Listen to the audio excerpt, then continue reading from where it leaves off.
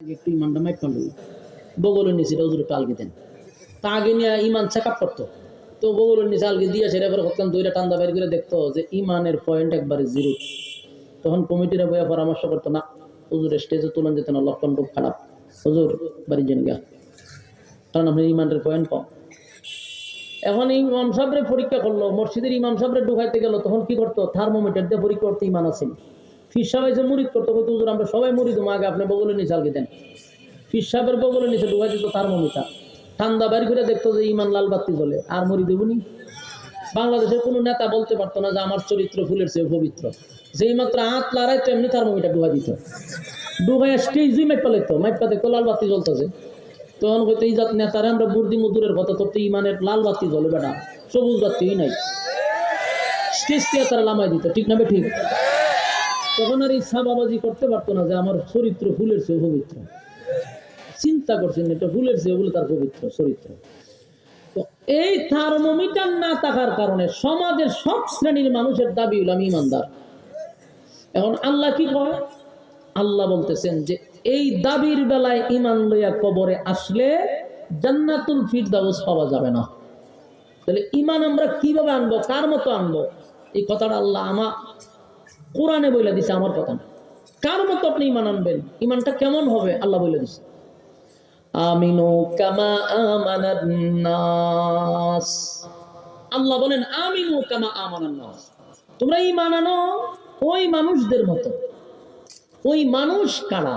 যারা ঈমানের পরীক্ষায় ফার্স্ট ডিভিশনে পাস করছে, তোমরা তাদের মতো ঈমান আনো। তার মানে দাবির বেলায় ঈমান নয়, ঈমান আনো ওই মানুষদের মতো যারা ঈমানের পরীক্ষায় উত্তীর্ণ হয়েছে।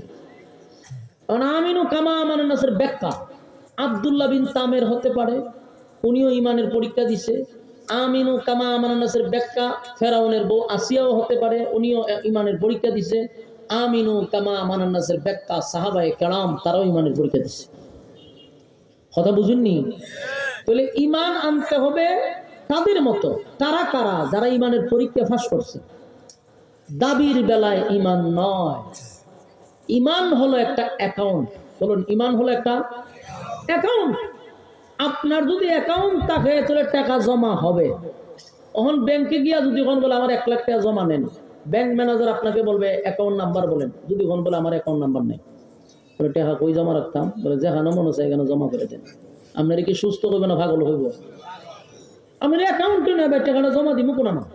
তো আগে যদি অ্যাকাউন্ট থাকে তাহলে টাকা জমা হবে।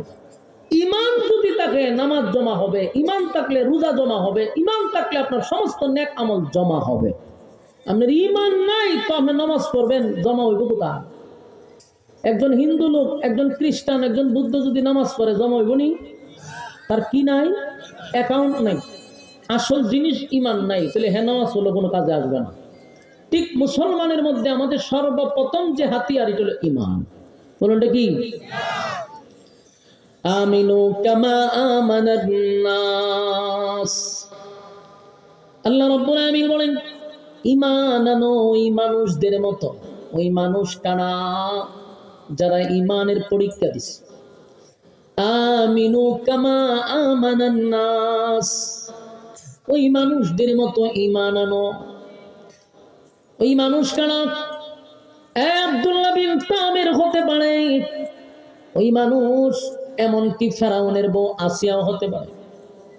যদিও ফেরাউনের বউ ছিল, যদিও একজন বেঈমানের বউ ছিল, কিন্তু ইমানের পরীক্ষায় আসিয়া ফার্স্ট ডিভিশনে পাস করছে।